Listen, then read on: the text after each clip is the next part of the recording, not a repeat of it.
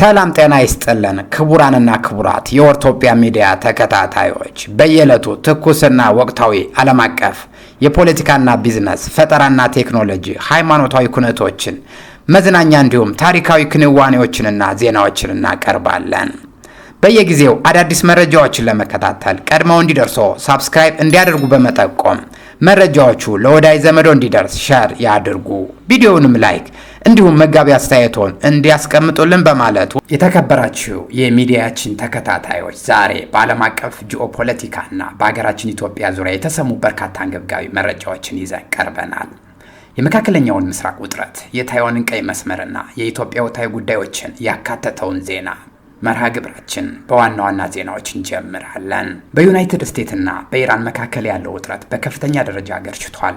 ፕሬዚዳንት ዶናልድ ትራምፕ የኢራኑን ዩራኒየም በዓለም አቀፍ ቁጥጥር ስር እንዲውል ሲጠይቁ፣ ቴህራን በሆርሙዝ ወሽመጥ ላይ አዲስ የቁጥጥር ካርታ ይፋ አድርጋለች። ዝርዝሩን የምናስደምጣችሁ ይሆናል።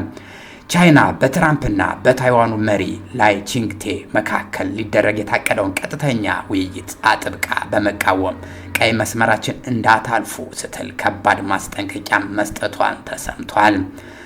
በአሜሪካና በኩባ መካከል ያለው ውጥረት አገርሽቷል። ዋሽንግተን ዩኤስ ኒምቲዝ የተሰኘውን ግዙፉን የጦር መርከብ ወደ ካሪቢያን ባህር አስገብታለች። ዝርዝሩን የምናስደምጣቸው ይሆናል። ወደ ሀገሩ ስንመለስ በጣና ሐይቅ ላይ በደረሰው አሰቃቂ የጀልባ መስመጥ አደጋ የሰዎች ሕይወት ማለፉን ተሰምቷል። እንዲሁም መጪውን ምርጫ አስመልክቶ ሀገር አቀፍ የጋራ ጸሎት መርሃ ግብር ሊዘጋጅ መሆኑንም መረጃ እናጋራችኋለን። ታዋቂው የዓለም አቀፍ የዲጂታል ጋዜጠኛ ዲላን ፔጅ አዲስ አበባ በሚገኘው የኢትዮጵያ አርቲፊሻል ኢንተለጀንስ ኢንስቲትዩት ያደረገው ጉብኝትና ተያያዥ ትችቶችንም የምናስደምጣችሁ ይሆናል። በትግራይ የሚንቀሳቀሰው የባይቶና ፓርቲ አመራር አቶ ክብሮም ሻዕቢያን በመቀሌ ሚስጥራዊ ቢሮ ከፍቶ እየተንቀሳቀሰ ነው ሲሉ መደመጣቸው የዛሬው ዋና ዋና ዜናዎቻችን ናቸው። እነዚህንና ሌሎች መረጃዎችን በዝርዝር ይዘን ቀርበናል። እስከ ዜናው ፍጻሜ ድረስ አብራችሁን ቆዩ። ወደ መጀመሪያው መረጃችን ስናልፍ በዩናይትድ ስቴትስና በኢራን መካከል ያለው ዲፕሎማሲያዊና ወታደራዊ ውጥረት በድጋሚ እያገረሸ መምጣቱን ተነግሯል። የዩናይትድ ስቴትስ ፕሬዝዳንት ዶናልድ ትራምፕ ትላንት በሰጡት መግለጫ የኢራን የበለጸገ ዩራኒየም ሙሉ በሙሉ በዓለም አቀፍ ተቋማት ቁጥጥር ስር እንዲውል ፍላጎት እንዳላቸው አስታውቀዋል። ፕሬዝዳንቱ ዋሽንግተን በጣም የበለጸጉ የዩራኒየም ክምችቶችን ከኢራን እንደምታገኝ ለጋዜጠኞች በልበ ሙሉነት ተናግረዋል። ይሁን እንጂ ይህ የትራምፕ ፍላጎት በቴህራን በኩል ጠንካራ ተቃውሞ ገጥሞታል። የኢራን የበላይ መሪ በበኩላቸው ማንኛውንም የኒውክሌር ቁስ ከሀገሪቱ ድንበር ውጭ እንዳይወጣና በሀገር ውስጥ መቆየት እንዳለበት አጥብቀው አሳስበዋል። ይህ በእንዲህ እንዳለ ውጥረቱን ይበልጥ ያባባሰው የኢራን የፋርስ ባህረ ሰላጤ አስተዳደር ድርጅት ወይም ፒጂኤስኤ በስትራቴጂካዊው የሆርሙዝ ባህር ወሽመጥ ቁልፍ ክፍሎች ላይ አዲስ የባህር ላይ ቁጥጥር ካርታ ይፋ ማድረጉ ነው። በአዲሱ መመሪያ መሰረት ካሁን በኋላ በአካባቢው የሚገኙ የባህር ክልሎች ላይ የሚያልፉ ማንኛውንም መርከቦች ከኢራን ባለስልጣናት ጋር ቅንጅት የመፍጠርና ቅድመ ፍቃድ የማግኘት ግዴታ ተጥሎባቸዋል። ባለስልጣናቱ ይፋ ባደረጉት ካርታ ላይ በሮዝ ቀለም የተለየው ሰፊው አካል በቀጥታ የኢራን የእስላማዊ አብዮት ጥበቃ ጦር ስር የሚመራ ፒጂኤስኤ ቁጥጥር ስር መዋሉን ተገልጿል። አዲሱ የቁጥጥር ቀጠና ከኢራኑ ኩህ-ኢ ሙባረክ ተነስቶ እስከ ፋይጅራህ የባህር ዳርቻ እንዲሁም ከቀሽም ደሴት እስከ አል ቁዋን የሚዘልቅ ነው ተብሏል።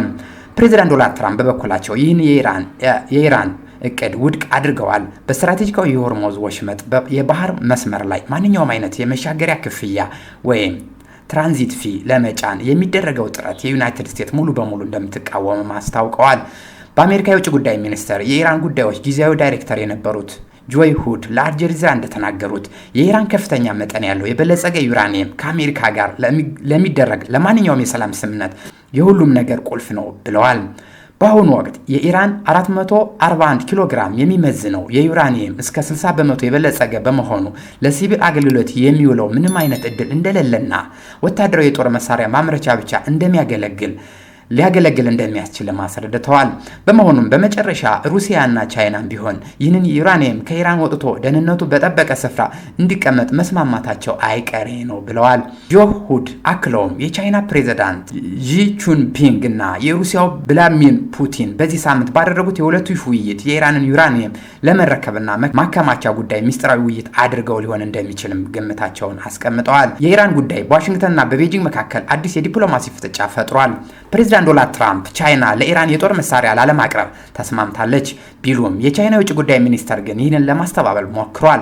ቤጂንግ ባወጣው መግለጫ ቻይና ለኢራን የጦር መሳሪያ አቅርቦት አልካደችም፣ ከየትኛውም ሀገር ጋር የመከላከያ ትብብር የማድረግ አቅም አለን፣ ማንም ጣልቃ የመግባት መብት የለውም ስትል አሜሪካን ወርፋለች። አክላም በቻይና የሉዓላዊነት ጉዳይ ላይ ጣልቃ የሚገባ ከፍተኛ ኪሳራ ይገጥመዋል ስትልም ነው ያስጠነቀቀችው። የቤጂንግ ቁጣ በዚህ ብቻ አላበቃም። ቻይና በዶናልድ ትራምፕና በታይዋን ፕሬዚዳንት ላይ ቺንግቴ መካከል ሊደረግ የሚችለውን ቀጥተኛና ይፋዊ ውይይት አጥብቃ እንደምትቃወምም አስታውቃለች። ዋሽንግተን ለታይዋን ነጻነት ደጋፊዎች የተሳሳቱ ምልክቶችን ከመላክ እንድትቆጠብም አሳስባለች። ይህ የቤጂንግ ቁጣ የተቀሰቀሰው ትራምፕ ከታይዋኑ መሪ ጋር ለመነጋገር ዝግጁ መሆናቸውን በመግለጽ አነጋግረዋለሁ፣ እኔም ከማንም ጋር ቢሆንም እነጋገራለሁ ካሉ በኋላ ነው። የታይዋኑ ፕሬዚዳንት ላይ ቺንግቴ በበኩላቸው ለትራምፕ ንግግር ፈጣን ምላሽ ሰጥተዋል። እንዲህ አይነቱ ውይይት በደስታ እንደሚቀበሉ የገለጹ ቢሆንም የታይዋን የወደፊት ዕጣ ፈንታ ግን በራሷ መወሰን እንዳለባት በድጋሜ አስምረውበታል። የቻይና ባለስልጣናት እንዲህ አይነቱ ከፍተኛ ግንኙነት በታይዋን ውስጥ ያሉ ገንጣይ ኃይሎች እንደሚበረታታና የቀጠናው ሰላም መረጋጋት ይበልጥ እንደሚያናጋ ገልጸዋል። ባለፈው ሳምንት ቤጂንግ በትራምፕና በቻይና ፕሬዚዳንት ዢ ጂንፒንግ መካከል በተካሄደው ዝግ በር ጉባኤ ላይ ታይዋን ዋነኛ መወያያ አጀንዳ ነበረች ተብሏል።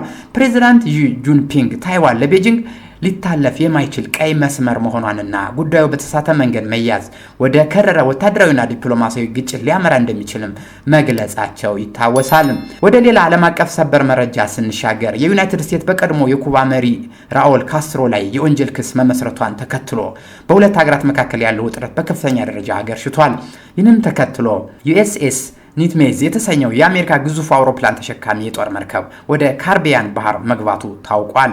ይህ የባህር ኃይል መርከብ ስብስብ የሳውዘርን ሲ 2026 ተልዕኮ አካል በመሆኑ በማጅላን የባህር ወሽመጥ በኩል አድርጎ በደቡብ አሜሪካ የባህር ዳርቻው ከተጓዘ በኋላ ግንቦት 12 ቀን ወደ ካሪቢያን ባህር በይፋ ገብቷል። ይህ ወታደራዊ ስምሪት የተከናወነው የአሜሪካ የፍትህ ሚኒስተር በፈረንጆቹ 1996 ብራዘርስ ቱ ዘ ሬስኪው ከተባለው የስደት ስብስብ የወጡ ሁለት ሲቪል አውሮፕላኖች ተመትተው እንዲወድቁ በማድረግ በራኡል ካስትሮ ላይ ክስ መመስረቱን ይፋ ባደረገበት ዕለት ነው። የአሜሪካ ጊዜያዊ ጠቅላይ አቃቢ ሕግ ቶድ ብላንሽ ዋሽንግተን ካስትሮን ለፍርድ እንዲቀርቡ እንደምትጠብቅ ገልጸዋል።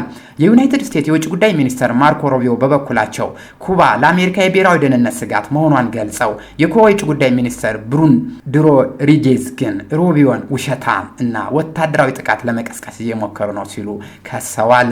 በሌላ በኩል በመካከለኛው ምስራቅ በሊባኖስ ጤና ጥበቃ ሚኒስተር የእስራኤል ወታደሮች በመንግስት ሆስፒታልና በሃናኦያ ከተማ የሚገኙ የሕክምና ማዕከል ላይ ባደረጉት የአየር ጥቃት የጤና ባለሙያዎችን ጨምሮ በርካታ ሰዎች መገደላቸውን እና መቁሰላቸውን ገልጸዋል። እስራኤል በበኩሏ በጋዛ እርዳታ ፍሎቲላ ውስጥ የተሳተፉትን የውጭ ተሟጋቾች በሙሉ ከሀገራቸው ማስወጣቷን ገልጻለች። በዌስት ባንክ የእስራኤል ኃይሎች በአልካደር ቤት ፋጅራ እና የአብዲድ ከተሞች ላይ ወረራና የጋዝ ቦምብ ጥቃቶችን ፈጽመዋል። ወደ አፍሪካ ስንመለስ በኮንጎ ዲሞክራቲክ ሪፐብሊክ ምስራቃዊ ክፍል በኢቱሪ ግዛት ራዋፓራ ከተማ የሚገኙ ነዋሪዎች በኢቦላ ህይወቱን ያለፈውን ሰው አስከሬን በባህላዊ የቀብር ስነ ስርዓት ለመፈጸም ባለስልጣናት አልሰጥም በማለታቸው የሕክምና ማዕከላትን አቃጥለዋል። የዓለም ጤና ድርጅት ወረርሽኙን የዓለም አቀፍ አሳሳቢ የህዝብ ጤና ድንገተኛ አደጋ ብሎ ማወጁ ይታወሳል። ወደ ሀገር ውስጥ መረጃዎቻችን ስንመለስ በጣና ሐይቅ ላይ ለንግስ በዓል የሚጓዙ ምዕመናን ላይ በደረሰው ድንገተኛ የጀልባ መስመጥ አደጋ እስካሁን ቁጥራቸው በውል ያልታወቀ ሰዎች መሞታቸውን ተሰምተዋል። አደጋው የደረሰው ወደ ቅድስት ክርስቶስ ሰምራ ገዳም ዓመታዊ የንግስ በዓል ለማክበር በሚሄዱ የኦርቶዶክሳውያን ተዋሕዶ እምነት ተከታዮች በመጓዝ ላይ ያሉ ልዩ ስሙ መጺል ፋሲል ደስ የሴቶች ገዳም ተብሎ በሚጠራው ቦታ አለፍ ብሎ ነው። የዓይን እማኞች እንደሚሉት አደጋው ሊደርስ የቻለው በሰዓቱ በነበረው ከፍተኛ የንፋስ ማዕበል ምክንያት ሁለት ጀልባዎች እርስ በርስ በመጋጨታቸውና በተለይም አንደኛው ጀልባ ላይ ውሃ በማስገባቱ ምክንያት ሊሰምጥ ችሏል ብለዋል። የአካባቢው ነዋሪዎች ተጎጂዎችን ለማውጣት ከፍተኛ ርብርብ ያደረጉ ቢሆንም የሟቾችን ትክክለኛ ቁጥር ግን ለማወቅ አልተቻለም። ከ12 ዓመት በፊት በተመሳሳይ ቦታ ከንግስ የሚመለሱ ምዕመናን በጀልባ መስመጥ አደጋ የብዙዎችን ሕይወት ማለፉን የሚታወስ ሲሆን የአካባቢ ባለስልጣናት ለጉዳዩ ልዩ ትኩረት እንዲሰጡት ነዋሪዎች እየጠየቁ ይገኛል። ለሟች ቤተሰቦቹ መጽናናትን እንመኛለን። በሌላ የሀገሩ ዜና የኢትዮጵያ ሃይማኖት ተቋም ጉባኤ መጪውን 7ኛውን ጠቅላላ ምርጫ አስመልክቶ ከ1000 በላይ ዜጎችና የ7 የሃይማኖት ተቋማት አባቶች የሚሳተፉበት ታላቅ የጋራ የጸሎትና የዱዓ መርሃ ግብር ማዘጋጀቱን በይፋ አስታውቋል። ይህ በአገር አቀፍ ደረጃ የሚካሄደው የአደባባይ ጸሎት ስነ ስርዓት በቀጣዩ እሁድ ግንቦት 16 ቀን 2018 ዓ.ም ከቀኑ 9 ሰዓት ጀምሮ በአዲስ አበባ አራዳ ፓርክ ይከናወናል። የጉባኤው ጠቅላይ ጸሐፊ ሊቀ ትጉሃን ቀሲስ ታጋይ ታደለ እንዳሉት የጸሎቱ ዋና ዓላማ መጪውን አገራዊ ምርጫ ሁከትና ግጭት ተወግዶለት በሰላማዊ ድባብ እንዲጠናቀቅ የጀመርነው የልማት ጉዞ እንዲጠናከርና ብሔራዊ ጥቅማችን እንዲከበር ለመማጸን ነው ብለዋል። በጸሎት መርሃ ግብሩ ላይ የሃይማኖት መሪዎች፣ የመንግስት የሥራ ኃላፊዎች፣ የፖለቲካ ፓርቲዎች፣ የሀገር ሽማግሌዎች፣ የኢትዮጵያ ብሔራዊ ምርጫ ቦርድና ሀገራዊ ምክክር ኮሚሽን ተወካዮች እንደሚገኙም ተረጋግጧል። በመጨረሻም በማህበራዊ ሚዲያ ላይ ከ19 ሚሊዮን በላይ ተከታዮች ያሉትና በዓለም አቀፍ ደረጃ በቢሊዮኖች ዘንድ ተወዳጅነት ያተረፈው ታዋቂው የዲጂታል ጋዜጠኛና የይዘት ፈጣሪ ዲላን ፔጅ በኢትዮጵያ አርቲፊሻል ኢንተለጀንስ ኢንስቲትዩት የሥራ ጉብኝት አድርገዋል። ዲላን ፔጅ በተቋሙ ውስጥ እየተከናወነ ያለው የቴክኖሎጂ ፈጠራዎችን ካየ በኋላ ባስተላለፈው መልእክት ይህን በቴክኖሎጂ የተቃኘ ቦታ ሳየው እጅጉን ተደምም ያለው በጣም ያመረና አስደናቂ ቦታ ነው። አፍሪካ ተቀይራለች። ይህ ተቋም ደግሞ የሀገሪቱን አዲስ ገጽታ ለዓለም የሚያሳይ ስፍራ ነው ሲሉ አድናቆታቸውን ገልጸዋል። ይሁን እንጂ ይህንን የውጭ ሀገር የይዘት ፈጣሪ ጉብኝት የመንግስት መገናኛ ብዙሃን ከልክ በላይ ማጋነናቸው በፖለቲካ ተንታኞችና በንቁ ዜጎች ዘንድ ጠንካራ ትችት አስነስቷል።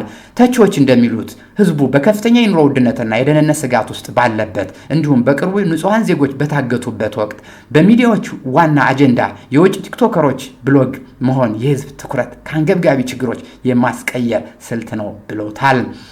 ሀገራዊ ገጽታውን መገንባት ያለበት በውጭ ሰዎች ውዳሴ ሳይሆን በሀገር ውስጥ ሰላማዊ መፍትሄ ኢኮኖሚ በማረጋገጥ ነው ብሎ ሲሉ ይተቻሉ። በትግራይ ፖለቲካዊ ዙሪያ ሌላው ትኩረት የሚስብ መግለጫ ተሰምቷል። በትግራይ ክልል የሚንቀሳቀሰው የባይቶና ፓርቲ አመራር የሆኑት አቶ ክብሮም በፋና ቴሌቪዥን በሰጡት ማብራሪያ የኤርትራ መንግስት ሻዕቢያ በመቀሌ ከተማ ውስጥ ምንም አይነት ታፔላ የሌለው ድብቅ ቢሮ መክፈቱን ገልጸዋል። ሻዕቢያ ጽምዶ ከተባለው ስብስብ ጋር በፈጠረው ውህደት አማካኝነት በትግራይ ምድር ላይ ያለምንም ከልካይ እየተንቀሳቀሰ ይገኛል ያሉት አመራሩ ይህን አሰራር የክልሉን ህግ የበላይነት ጥያቄ ውስጥ የሚከትና በህዝብ ላይ ከፍተኛ ስጋት የሚፈጥር መሆኑን አሳስበዋል። አቶ ክብሮም አክለውም ህወሓት ባለፉት ዓመታት የተከተላቸው የተሳሳቱ የፖለቲካ ውሳኔዎች የትግራይን ህዝብ ለከፍተኛ መከራና ውድመት ያዳረጉ መሆናቸውን ድርጅቱ በተግባር በትግራይ ህዝብ ላይ አጥፊ ነው ሲሉ ጠንከር ያለ ትችት ሰንዝረዋል።